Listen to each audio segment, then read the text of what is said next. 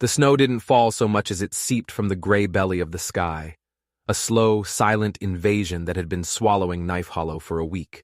It muffled the world, burying the tracks of coyotes and the memory of roads. For Dale Merton, the silence was the point. He had bought the ranch not for the cattle it could hold, but for the quiet it promised, for the way the mountains cupped the valley like hands holding a secret. His secret. The wind was the only voice he wanted to hear, a clean, cold sound that knew nothing of the past. He sat at the rough-hewn table, oiling the action on his Winchester, the metallic clicks sharp and definite in the stillness of the cabin. Each movement was practiced, a ritual that kept his hands busy and his mind from wandering where it shouldn't. The fire in the stone hearth hissed and popped, a tame beast against the wilderness clawing at the windows. He had enough wood stacked to last till spring, enough salted meat and flour to see him through the worst of it. He had built this cage for himself, and for 3 years it had mostly worked. But the quiet had started to fray. The silence was no longer empty. It was filled with the things he wasn't thinking about. The simple tasks, chopping wood, melting snow for water, cleaning his rifle, had lost their power to hold him in the present. His own company had become a weight. The solitude he had craved now felt like a mirror, and the face staring back was one he didn't want to see. It was the face of a man who had ridden with the cavalry, a man who had followed orders until the orders soured in his gut, a man who had seen things that left a permanent scorch mark on the back of his eyes. That was why he had sent the letter to the agency in town, a single terse line asking for a housekeeper, someone to manage the cabin through the winter, someone to make noise. He had told himself it was a practical matter. A man alone could get sick, could fall, but he knew the truth. He was hiring a presence, a distraction, another set of footsteps on the floorboards to drown out the ones that paced in his memory. He had expected someone older, a hardened widow from the territories, someone whose face was a map of her own hard miles. He had not expected the woman who arrived on the supply wagon 2 days ago, just before the heavy snows sealed the hollow for good. Her name was Mira. She was younger than he'd anticipated, with a stillness about her that was different from his own. His was the stillness of a predator lying low. Hers was the stillness of deep water. She moved with a quiet efficiency that was almost unnerving. She didn't fill the silence, she sharpened it. She unpacked her few belongings without a word, her hands neat and precise. She assessed the kitchen, the pantry, the woodpile, her dark eyes missing nothing. She didn't ask questions, not about him, not about the cabin's isolation. It was as if she had expected this, had been born for this kind of quiet, this kind of cold. Now she stood by the hearth, stirring a stew in the heavy iron pot that hung over the flames. The smell of it, onions, salted beef, wild herbs she'd found dried in the pantry, filled the small cabin. It was a smell of life, of domesticity, a smell that didn't belong here. It felt like an intrusion, a violation of the sterile penance he had constructed. He watched her from the corner of his eye, his hand still on the rifle. He watched the way her back was straight, the simple line of her dark wool dress, the way she moved the heavy ladle through the thick stew, slow and methodical. It was the movement of someone who understood patience, who knew how to wait. He felt a prickle of something he couldn't name. It wasn't suspicion, not exactly. It was a deeper kind of unease, the feeling of a lock turning somewhere deep inside him. She stirred the stew like any other housemaid, until the chain slipped loose and the cross caught the firelight. His breath stopped. It was a simple silver cross, small and unadorned, hanging from a delicate chain, but as she leaned forward, the firelight glinted off of it, a sharp, sudden spark in the dim room. The world seemed to contract to that single point of light. His fingers tightened on the cold steel of the rifle. The click of the action being worked was deafening in his own ears, but she gave no sign she'd heard. The stew bubbled, the fire hissed, but all he could see was that cross. It wasn't just any cross. He had seen it before. He had seen it lie against the sweat-dampened collar of a woman's dress, her chest rising and falling in ragged, shallow breaths. He had seen it in the dust of a sun-scorched village in the New Mexico territory, a place he had tried to burn from his mind. The memory came not as a thought, but as a physical sensation, the smell of gunpowder and burning adobe, the high, thin wail of a child, the weight of the sun on his shoulders. He felt the familiar ghost of grit between his teeth. Mira shifted, and the chain slid back into the high collar of her dress, disappearing from view. But it was too late. The image was branded onto the air in front of him. He could still see it, a phantom glint against the dark wool. He forced his lungs to work, drawing in a ragged breath that smelled of stew and wood smoke and something else, something like ash. He looked down at his hands, at the rifle. His knuckles were white. He methodically, deliberately, eased the tension in his fingers, laying the gun back on the table with a soft thud. He could not have this. He could not have that memory in his house, stirring his supper, sleeping under his roof. She turned from the fire, her face placid, unreadable. "It's almost ready," she said. Her voice was low and even, like the rest of her. He couldn't find his own. He just nodded, a curt, jerky movement. He felt exposed, as if she had just walked through a part of his mind he kept locked and bolted. But her expression held nothing but the calm, professional distance of an employee. There was no recognition, no hidden meaning in her gaze. She couldn't know. It was impossible, a coincidence. The world was full of silver crosses. It meant nothing. He repeated the words to himself, a frantic litany against the rising tide of panic. It meant nothing. It was just a piece of metal on a chain, but the denial was a thin blanket against a blizzard. The sight of it had kicked loose a stone, and now the avalanche was coming. She ladled the stew into 2 bowls, the rich, dark liquid steaming in the cold air. She set one in front of him, the heat of it warming the wood of the table. He stared down at it. The meat was tender, the vegetables soft. It was good, honest food. But all he could see was the reflection of the firelight on the surface, glinting like a silver cross. He picked up his spoon, the metal cold against his skin. He felt her eyes on him as she sat opposite, her own bowl before her. She waited for him to eat first. It was a small, proper gesture, a gesture of service. But tonight it felt like a judgment. He raised the spoon to his lips, the taste of ash already in his mouth. He could feel the past in this room, a third presence at the table, watching him, waiting.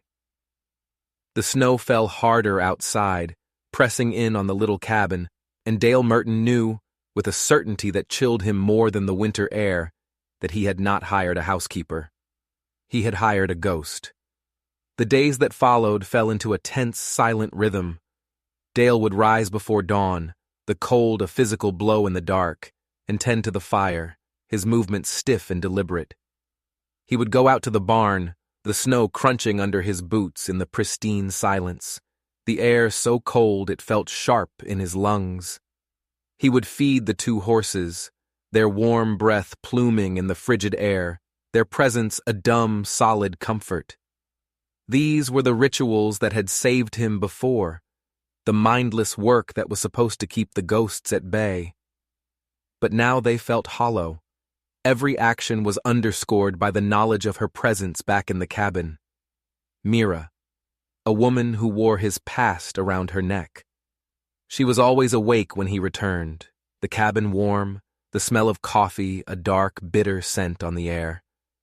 She moved with that same unnerving quiet, her feet seeming to find the floorboards that didn't creak.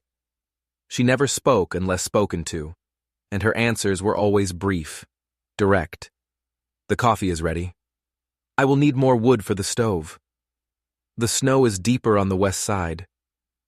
There was no small talk, no attempt to fill the vast, echoing spaces between them. At first, he was grateful for it. It was what he thought he wanted. But her silence was not a peaceful one. It was an observant silence. He felt her gaze on him when his back was turned, a light, persistent pressure. He would be cleaning a harness or sharpening an axe, and he would feel it, a prickling on his skin that made him want to turn and shout, "What do you want?" But he never did. He would just grip the tool tighter, his own silence a shield, a wall he built higher each day. He tried to convince himself it was his imagination, his guilt projecting itself onto her. He was a man with a heavy conscience. Of course, he would see specters in the shadows. He would watch her as she worked, looking for a sign, a flicker of something that would betray a hidden motive. But there was nothing. She swept the floors. She mended a tear in one of his shirts with small, perfect stitches. She baked bread that filled the cabin with a scent so wholesome it felt like a lie. She was, in every observable way, the perfect housekeeper. And that, more than anything, terrified him. It was too perfect. It was the calm at the center of a storm, and he could feel the winds gathering. One afternoon, he was splitting logs by the side of the cabin, the rhythmic thud of the axe a counterpoint to the frantic beating of his own heart. The snow had stopped for a while, and a weak, watery sun cast long blue shadows across the valley. He was trying to lose himself in the work, in the clean, sharp smell of pine and the satisfying split of wood. He saw her come out of the cabin, wrapped in a thick shawl. She walked towards the line of skeletal aspens at the edge of the clearing, her head bowed. He paused, the axe resting on the chopping block, and watched her. She knelt in the snow, her back to him, and seemed to be digging at the base of one of the trees. For a long moment she was perfectly still. He felt that cold dread wash over him again. What was she doing? Was she burying something or digging something up? He couldn't stand it. He set the axe down and walked towards her, his boots sinking into the deep powder. The silence was absolute. As he got closer, he saw that she had cleared a small patch of snow from around the base of the tree. In the cleared space was a small, flat stone, and on the stone was a dead bird, a little gray sparrow, its wings folded neatly at its sides. She had arranged it as if it were sleeping. She looked up as he approached, her face serene, her eyes holding no surprise at his presence. "It must have fallen from its nest," she said, her voice quiet, carrying easily in the still air. The cold. He stared at the bird, at the careful, almost ceremonial way she had laid it out. It was a gesture of such gentle, pointless reverence. It made no sense. In a place like this, death was a common, brutal thing. You didn't build shrines for sparrows. "What are you doing?" he asked, his voice rougher than he intended. "It seems wrong to just leave it," she replied simply, not looking at him, but at the bird. "Everything should have its place. Everything should have its place." The words hung in the air between them, freighted with a meaning she could not possibly understand. Or could she? He looked at her, truly looked at her, trying to see past the placid surface. Who was this woman? Where did she come from, to speak of such things in such a place? He saw the faint outline of the chain at her collar, hidden beneath the shawl. The cross. His gaze was drawn to it, a magnet to steel. He had to know. He had to break this unbearable silence.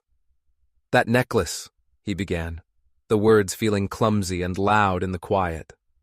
"The cross, it's an unusual design." It was a lie. It was the plainest, simplest design imaginable. She looked up at him then, and for the first time, he saw something shift in her eyes. It wasn't suspicion. It was something softer. Sadness. She reached up and her fingers found the chain, drawing the cross out from her collar. It lay in her gloved palm, silver against the dark wool.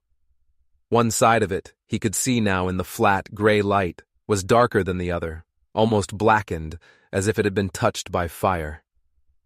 The sight of it, so close, made his throat tighten. The memory was sharper this time. The smell of smoke was so strong he thought the cabin was on fire. He saw a hand, a woman's hand, clutching a cross just like that one. He heard a voice, whispering in Spanish, "Vaya con Dios." "It was my mother's," Mira said, her voice a low murmur. She was looking at the cross, not at him. "She gave it to me." "Your mother," he repeated, his own voice a hollow echo. He felt a dizzying sense of vertigo, as if the snow-covered ground were falling away beneath him. He had to ask, The question was a shard of glass in his throat, but he had to force it out. Where did she get it?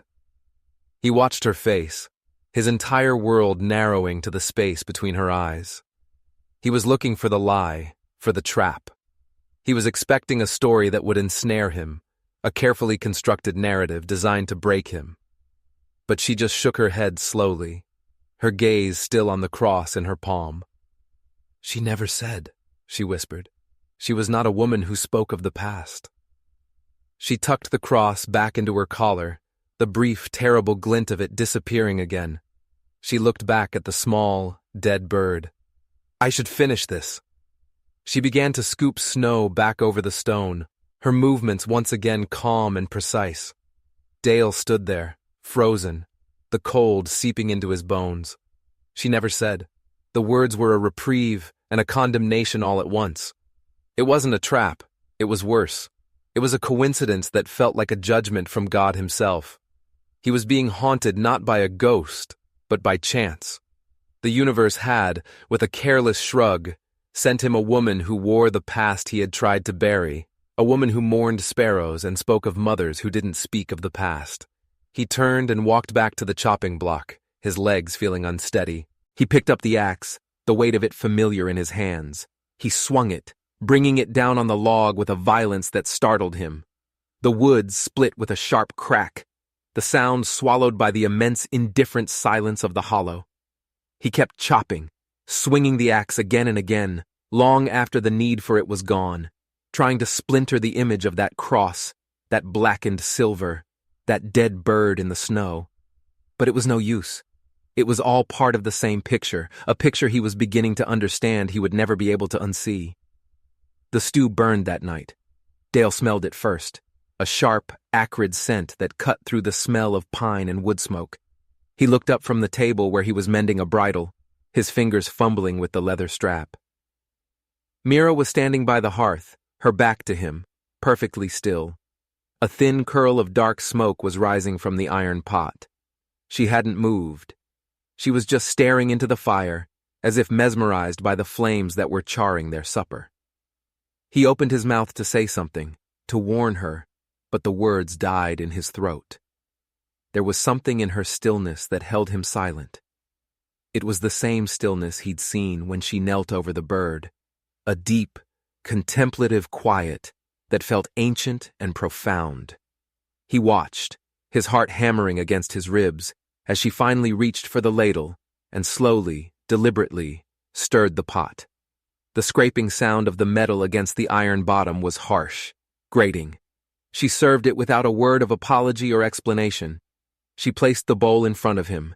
It was thick and dark, the edges of the meat blackened, the scent of scorch hanging over it like a shroud. He looked from the stew to her face. Her expression was unreadable, as placid as ever. There was no sign of carelessness, no hint of apology. It was as if this was what she had intended to serve all along. A burnt offering. He ate it. He picked up his spoon and ate every last bite. The bitter, charred taste coated his tongue, a physical manifestation of the guilt that was always at the back of his throat. He ate it because he couldn't bring himself to speak, to question, to break the fragile, terrifying truce that existed between them. He ate it because, in some dark, twisted corner of his soul, he felt he deserved it. He deserved the ashes. He watched her across the table, eating her own portion with that same slow, deliberate calm. She did not seem to notice the taste. Or if she did, she gave no sign. They ate in complete silence, the only sounds the scrape of their spoons against the bowls and the hiss of the fire. The unspoken thing between them was thicker and more suffocating than the smoke from the ruined meal. After that night, something shifted. The silence in the cabin was no longer just an absence of noise. It was a living thing, a presence that breathed in the spaces between them. Dale found himself watching her constantly, his senses honed to a razor's edge. He tracked her movements, the cadence of her breathing, the slightest change in her expression, searching for the key, the clue that would explain the impossible coincidence of the cross. He started to notice things he hadn't before. The way she would sometimes pause in her work and stare out the window at the unending white, her eyes distant, her hands still. He saw the faint silvery lines of scars on her knuckles when she kneaded bread, scars that spoke of a life that was not as calm or simple as her demeanor suggested. He began to dream of the village, not the way he remembered it, in sharp sun-bleached detail, but in murky, suffocating fragments. He dreamed of dust, so thick it was like drowning. He dreamed of the sound of a woman screaming, a sound that cut off abruptly. He dreamed of a child's cry, thin and reedy, lost in the chaos. And always, in the dream, there was the glint of silver, a tiny cross swinging in the dust-choked air. He would wake up in the dark, his heart pounding, the sheets damp with sweat, the smell of smoke phantom in his nostrils. He would lie there, listening to the sound of her soft breathing from the small cot on the other side of the room, and he would feel a terror so profound it was almost holy. Was she dreaming of it too? Was this some shared nightmare, a haunting for two? He took to spending more and more time in the barn, the company of the horses a solid, uncomplicated comfort. But he couldn't escape her. Her presence was in the neatly swept floors of the stalls, in the way the harnesses were always clean and hung just so. Her influence was everywhere. She was putting his world in order, an order he hadn't realized it lacked, and it felt less like a kindness and more like an indictment. One evening, driven by a desperate need to break the tension, to force a crack in her placid facade, he retrieved the small, locked wooden box from his trunk. He set it on the table between them. It was where he kept his past, the few things he hadn't been able to bring himself to burn, his discharge papers, a faded photograph of his parents, and a letter. A letter he had written a dozen times in his head, but had only managed to put on paper once. A letter he had never sent. Mira looked at the box, then at him, her expression questioning, but silent. "My father made this box," he said, his voice raspy. He didn't know why he was telling her this. The words just came, dredged up from some deep, lonely place. He was a carpenter, a good one. He ran his hand over the smooth, dark wood. He said a man should have a place to keep the things that matter. He unlocked the box with a small iron key. He didn't look at her, but he could feel her watching him. He took out the letter. It was folded and worn, the paper softened by years of handling. The ink was faded. He held it in his hand, the weight of it both insignificant and immense. It was addressed to the magistrate of a small town in the New Mexico territory, a town not far from the village he couldn't forget. It was his confession, a partial one, an anonymous one, a coward's attempt at absolution. It described a raid, a mistake, a tragedy. It mentioned a woman, a schoolteacher, who should not have died. It did not mention his name. "Sometimes," he said, his voice barely a whisper, staring at the letter in his hand, "the things that matter are the things you can't let go of, even when you should." He was trying to provoke her, to show her a piece of his own brokenness, to see if it would reflect in her own eyes. He wanted her to ask. He wanted her to demand to know what was in the letter. He wanted a confrontation, a fight, anything to break this unbearable, simmering quiet. She looked at the letter, her gaze lingering on it for a long moment. Then she looked back at him, her dark eyes filled with a deep, weary sadness that he recognized because it was a mirror of his own. "Some things," she said, her voice so low he had to strain to hear it over the crackle of the fire, "we don't let go of. They don't let go of us." And that was all. She didn't ask. She didn't pry. She simply acknowledged his pain, folded it into the silence between them, and made it part of the landscape of their shared confinement. She stood up and went to the hearth, adding a log to the fire, her movements as calm and deliberate as ever. The moment was over. His desperate gambit had failed.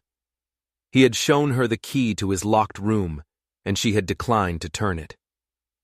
He sat there for a long time, the unsent letter clutched in his hand, the box open on the table. He had tried to force the past into the open, and instead, He had only succeeded in making it heavier, more present. He had wanted to expose her, but he had only exposed himself. He looked at her back, at the straight, unyielding line of her spine as she stared into the flames. She wasn't a ghost. She wasn't a coincidence. She was a witness. She was a mirror, reflecting his own damnation back at him in perfect, terrible clarity. And the worst part, the part that twisted in his gut like a knife, was that she seemed to be doing it without even trying. The blizzard came in the night, a howling, white fury that threw itself against the cabin. Dale woke to the sound of it, a scream that seemed to come from the throat of the world. The windows were plastered with a thick layer of snow, plunging the cabin into a dim, perpetual twilight. The wind found every crack in the chinking, its icy fingers probing the walls. The world outside was gone, erased. There was only the cabin, an island in a roaring sea of white. And the two of them, trapped inside. The storm lasted for 3 days, 3 days in which the small cabin became their entire universe. The close quarters amplified everything. The silence was louder, the tension was a physical presence, a third body in the room.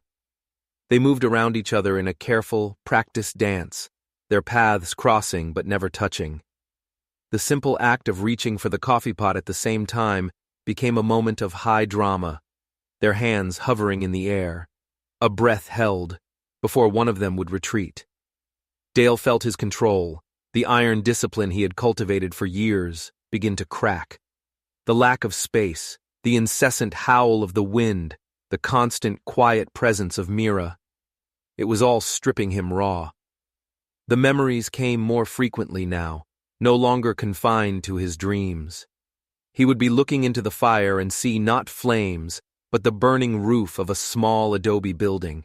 He would hear the wind and hear not the storm, but the panicked shouts of men, the thunder of hooves. He would look at Mira, and he would see the other woman's face, her eyes wide with terror, the silver cross stark against her skin. He tried to fight it. He chopped wood in the barn until his muscles screamed and sweat froze on his brow, the storm a chaotic whirl around him. He cleaned his rifle again and again, disassembling and reassembling it until his fingers were numb. The familiar parts a rosary for the damned. But nothing worked. The storm outside was a reflection of the storm inside him, and there was no escape. On the third night of the blizzard, the wind finally began to die down, its shriek lessening to a low, mournful moan. The silence it left behind was profound, heavy. They sat at the table, the remains of their meager supper between them. The fire was burning low, casting long, dancing shadows that made the small room seem vast and full of secrets. Dale felt a strange sense of finality, as if the storm had scoured everything away, leaving only the hard, unvarnished truth. He couldn't carry it anymore. He couldn't live in this silence. He looked at Mira. She was staring into the fire, her hands clasped in her lap. The faint, dark line of the chain was visible at her collar. He had to know the truth, not just about the cross, but all of it. He had to understand how the universe could be so cruel as to bring her, of all people, to his door. Mira, he said. Her name felt strange on his tongue, a foreign word. She turned her head slowly, her eyes meeting his in the dim light. They were dark pools, holding depths he couldn't fathom. Before you came here, he began, his voice low and strained. Where were you? He expected her to deflect, to give a vague, non-committal answer. But she didn't. She held his gaze, and for the first time, he saw the placid mask fall away, revealing the raw grief and exhaustion beneath. I was at a mission, she said. The San Gabriel mission, for the last 10 years, since I was a girl. The San Gabriel mission. The name was a punch to the gut. It was less than a day's ride from the village, his village, the place he had helped destroy. He felt the blood drain from his face. My mother took me there, she continued, her voice flat, devoid of emotion, as if she were reciting a lesson learned by rote. She left me with the sisters. She told me it was for my own safety.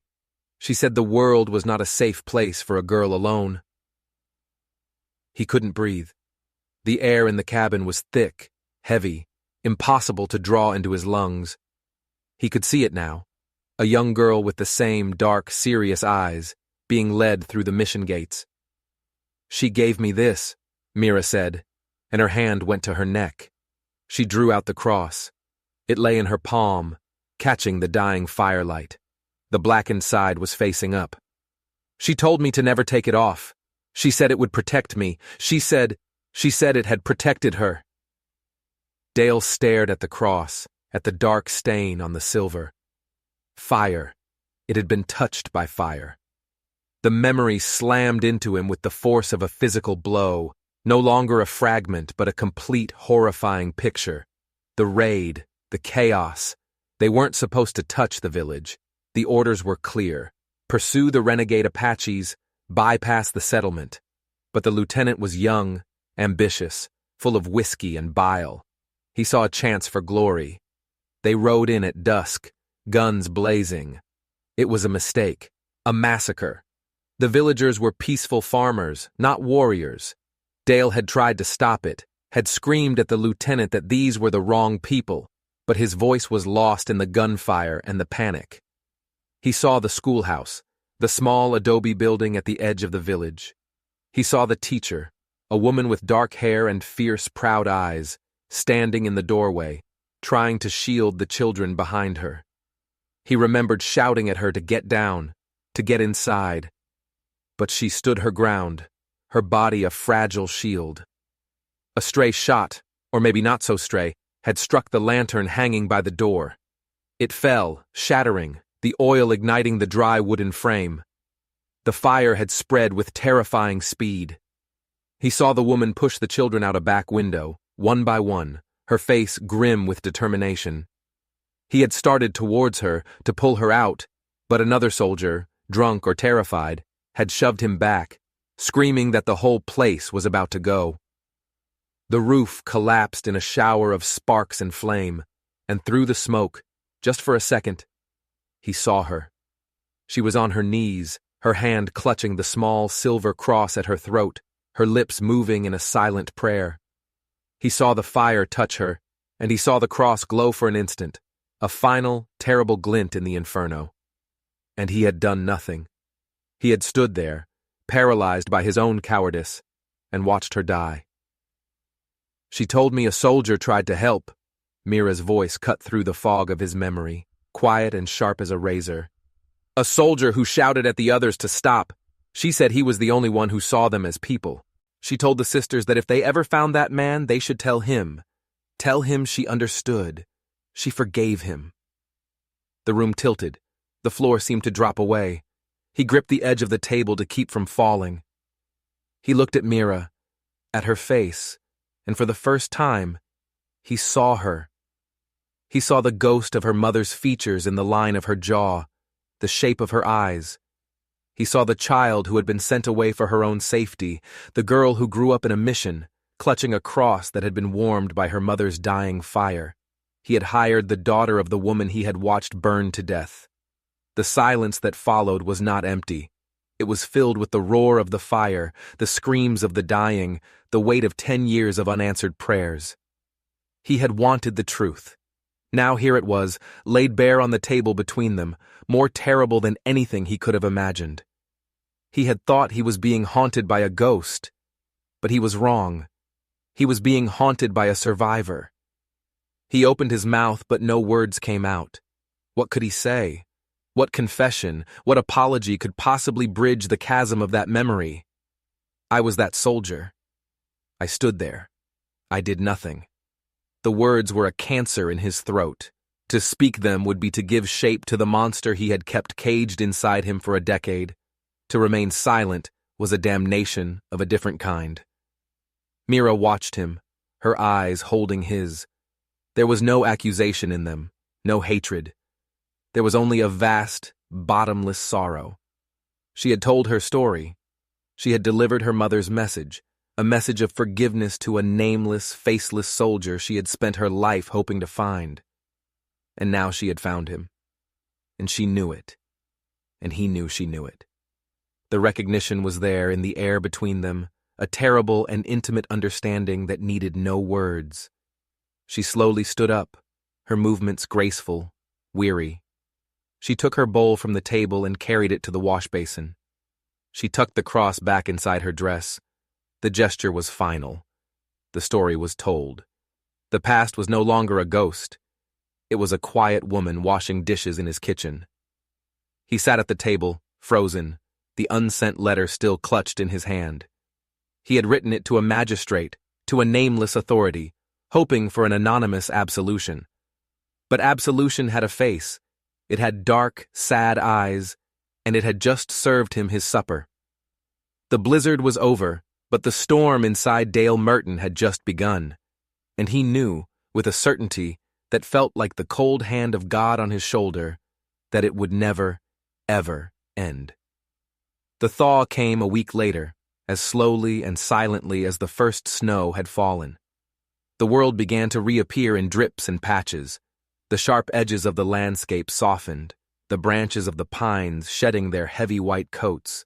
The sound of melting snow, a steady rhythmic dripping from the eaves of the cabin, replaced the howl of the wind.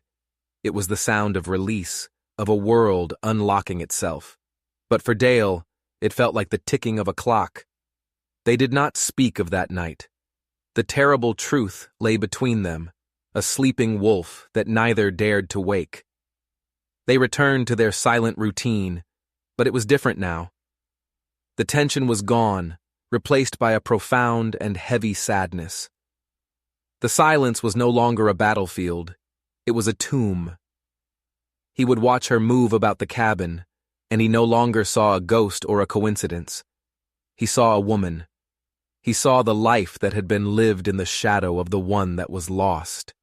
He saw the strength it must have taken to survive, to carry that story and that cross, to walk into the home of a stranger in the hope of finding a ghost of her own.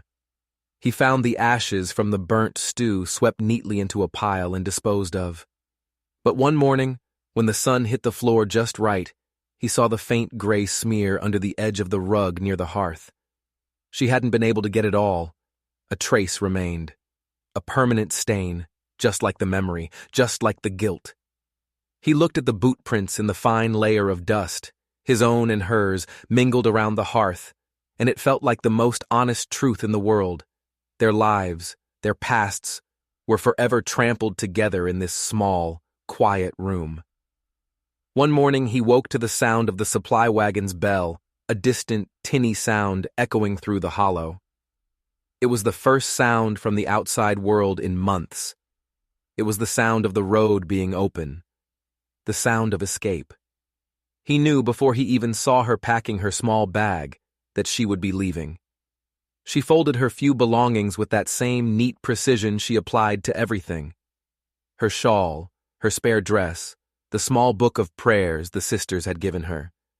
He stood in the doorway watching her, his heart a cold, heavy stone in his chest. He wanted to say something, to ask her to stay.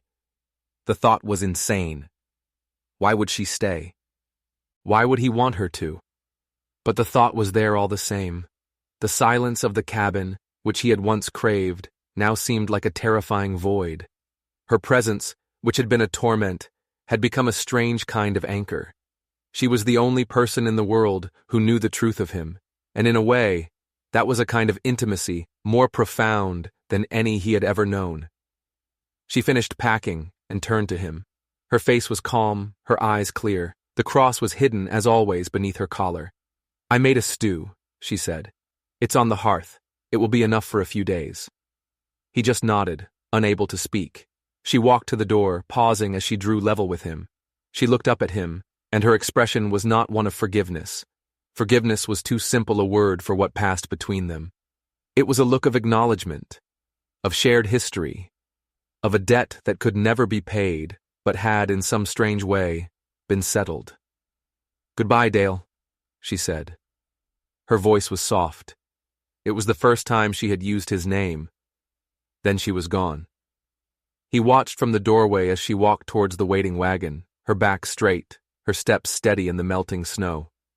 She didn't look back. The wagon pulled away, its bell ringing, the sound growing fainter and fainter until it was swallowed by the vast, indifferent quiet of Knife Hollow. He stood there for a long time, until the cold began to seep into his bones. Then he turned and went back inside. The cabin was impossibly quiet, impossibly empty. The only sound was the drip, drip, drip of the melting snow. On the hearth, the iron pot sat, a thin wisp of steam rising from it. He walked over and lifted the lid. The smell was rich and savory. It was not burned. He ladled a portion into a bowl and sat at the table, in the same spot he always sat. He looked at the empty chair opposite him. The silence was absolute now. It was the silence he had wanted, the silence he had paid for, and it was unbearable. He picked up his spoon and began to eat. The stew was good. It was the best thing he had ever tasted. He kept eating, even after she left, because that was part of the penance.